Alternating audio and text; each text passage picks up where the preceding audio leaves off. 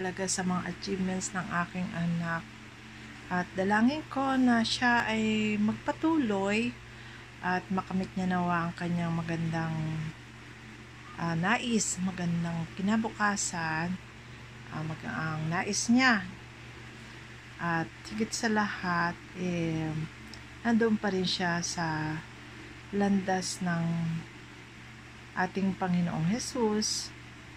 Hindi siya malilihis ng landas dahil teenager siya, pero nakikita ko naman sa kanya yung kanyang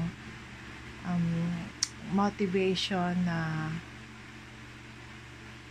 sa mga kaeskwela niya, kasama niya, tunay din na nagpupursige sa kanilang pag-aaral, nag-excel din sa kanilang pag-aaral. At nakikita ko rin na siya ay sumusunod sa akin na kung meron silang gustong puntahan, ang kabilin-bilin ako sa kanya, lagi niya akong i-update, magpapaalam. Ayan. Kaya thankful, very thankful, grateful and blessed talaga ako.